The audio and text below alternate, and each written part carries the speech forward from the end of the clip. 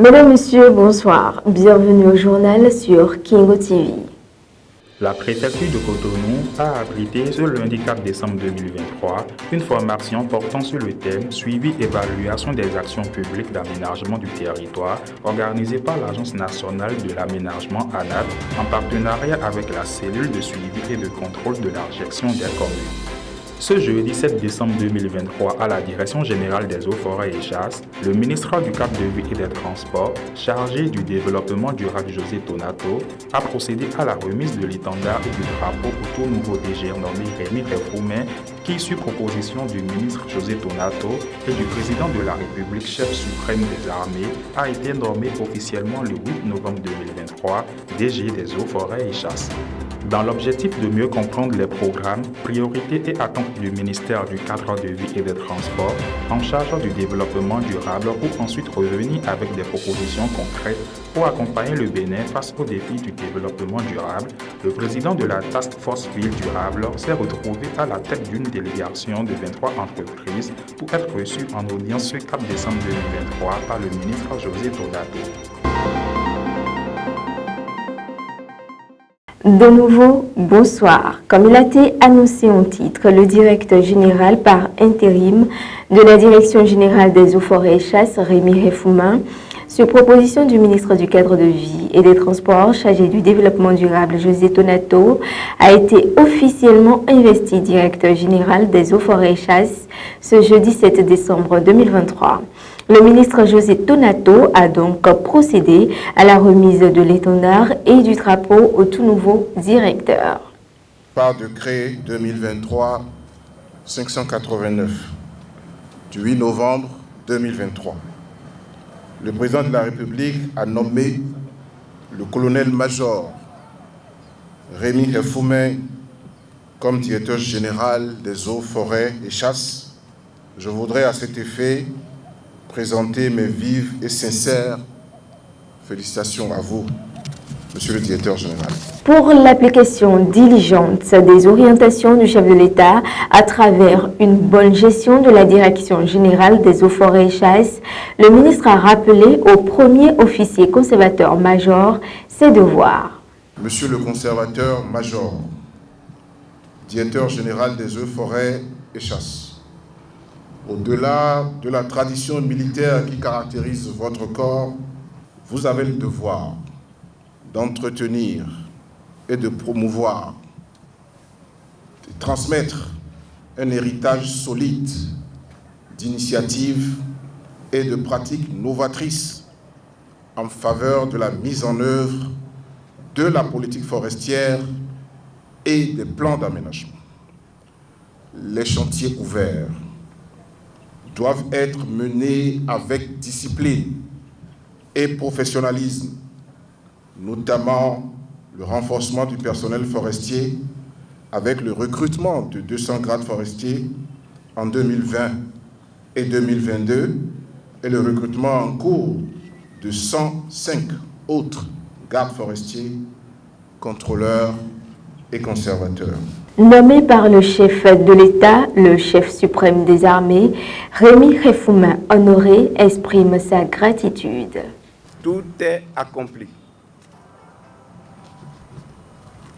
Je rends grâce à Dieu et aux maîtres invisibles. Utilisez-moi selon votre volonté. Merci à vous, Monsieur le ministre, et à travers vous, au président de la République, chef de l'État, chef suprême des armées, son Excellence Patrice Talon, pour votre choix porté sur ma modeste personne.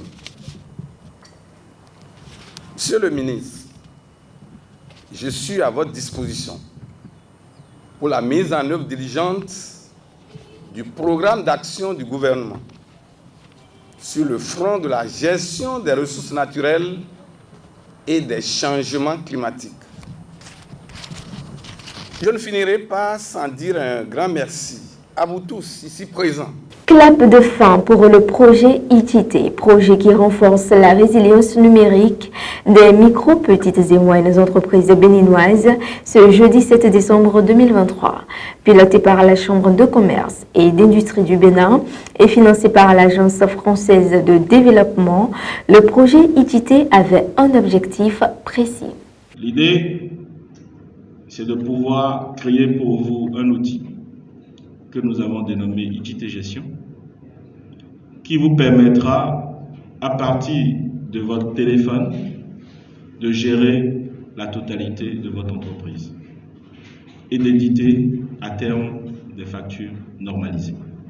Et c'est tout ça que la Chambre de commerce, à travers le projet que nous avons fait avec l'AFD et l'Expertise France, qui nous permet aujourd'hui de nous retrouver pour dire: nous avons fait du chemin et nous sommes arrivés à maturité pour démarrer une nouvelle étape pour votre pérennité.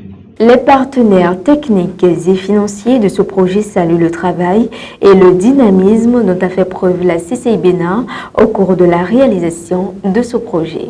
Je voudrais aujourd'hui saluer le travail de la CCIB et d'Expertise France parce que je crois que d'un projet né en réponse à une crise, vous avez su faire une très belle opportunité.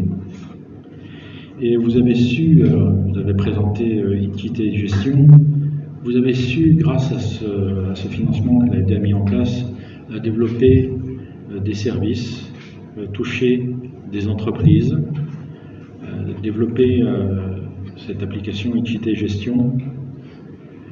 Et je crois que j'ai bon espoir qu'au-delà de cette cérémonie de clôture, il y ait vraiment des fruits qui se prolongent dans le temps. J'ai été tout à fait impressionné par le nombre d'entreprises formées. Soulignons que la CCI Bénin a travaillé à accompagner la transformation digitale des MPME pendant 23 mois grâce au projet ITT, qui est une composante du projet de digitalisation des entreprises contenu dans le programme CCI Développement. En bref, à présent, dans le cadre de la coopération entre le Bénin et le Nigeria, le président Patrice Talon a effectué ce mercredi 6 décembre 2023 une visite d'État chez son homologue nigérian, Ahmed Bola Tinubu, à la maison de l'État d'Abuja, la capitale du Nigeria. De cette visite, nous pouvons retenir que 43 produits ont été autorisés à rentrer sur le territoire nigérian. Une délégation de 23 entreprises conduite par le président de la Task Force Ville Durable a été reçue en audience ce mardi 5 décembre 2023 par le ministre du Cadre de Vie et des Transports chargé du développement durable, José Tonato. Objectif, mieux comprendre les programmes, priorités et attentes du ministère afin de revenir avec des propositions concrètes pour accompagner le Bénin face aux défis du développement durable. L'équation du Bénin aujourd'hui, c'est 49% d'urbain. Dans 15 ans, à peu près, 2040, ce sera 65 à 70%, quoi qu'il arrive. Parce que la migration urbaine, elle est là partout dans le monde. Et donc, votre défi, notre défi, à vos côtés, c'est de construire cet avenir-là. Vous savez mieux que moi, monsieur le ministre, qu'il faut que un schéma directeur, ça se prépare 15 ans avant. C'est-à-dire qu'on est déjà en retard, si je puis dire. Et quand le président Talon nous a engueulés, il a eu raison. Parce qu'il faut qu'on bouge davantage. Construire des partenariats locaux avec des entreprises locales, quand on peut le faire avec l'aide, quand il y a un patronat qui tient la route, on le fait avec l'aide du patronat local. Ici, on a la CNP, le CNP, qui marche très bien, donc on le fait avec eux.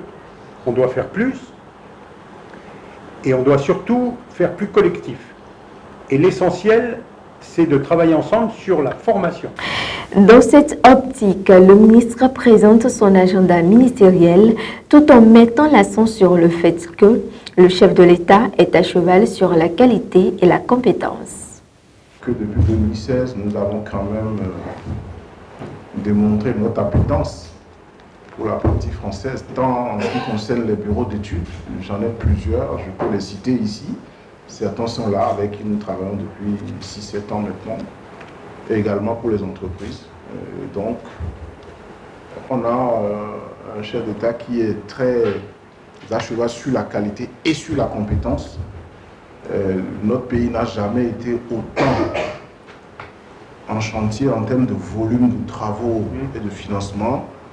Et donc, quand on mobilise des sommes à ce niveau, il faut faire les choses correctement avec les professionnels les plus aguerris. Venu dans le cadre de la mission de la Task Force Ville Durable du Mouvement des entreprises de France au Bénin, la délégation échange également avec les autorités sur les principaux bailleurs de fonds, sur les projets prioritaires ainsi que pour nouer des contacts. Dans le but de renforcer les capacités des secrétaires exécutifs, une formation portant sur le thème « Suivi, évaluation des actions publiques d'aménagement du territoire » a été organisée par l'Agence nationale de l'aménagement en partenariat avec la cellule de suivi et de contrôle de la gestion des communes ce lundi 4 décembre 2023 à la préfecture de Cotonou. Dr François Poliata, directeur des opérations et de l'assistance technique cité et gouvernements locaux unis d'Afrique, expose ses attentes en ce qui concerne CSE. La première des tâches, comme on l'a vu, c'est de mettre en œuvre des politiques publiques et de pouvoir les évaluer. C'est très important. Vous savez que les politiques publiques, on les met en œuvre, mais il est important, pendant la mise en œuvre de cette politique, de pouvoir savoir si on est sur le bon chemin et surtout si on atteint ce qu'on appelle les résultats développementaux. Pas seulement organiser des activités, mais introduire le changement dans la manière dont on met en œuvre ces politiques publiques. La deuxième chose qu'on attend d'eux, c'est de pouvoir avoir les clés pour la promotion économique de leur territoire.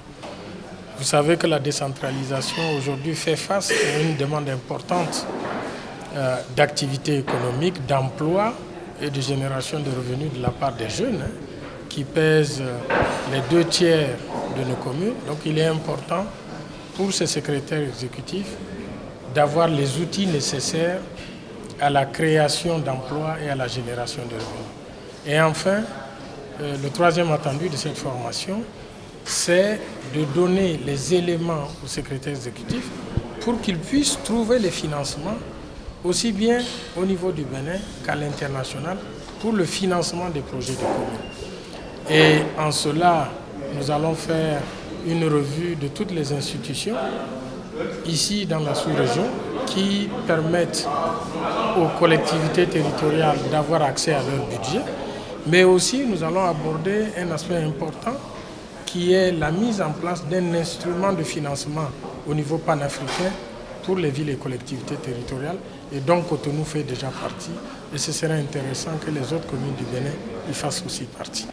Pour finir, une fois de bon, avec les nombreux dégâts occasionnés par l'essence frelatée, communément appelée Kbayor, le gouvernement béninois prend l'initiative d'installer un peu partout des mini-stations. Dans certains quartiers de Cotonou, tels que Fidroussé, Vaudé, Ologede, Saint-Rita, Bedjroumeni, etc., les usagers de la route s'approvisionnent déjà au niveau de ces mini-stations.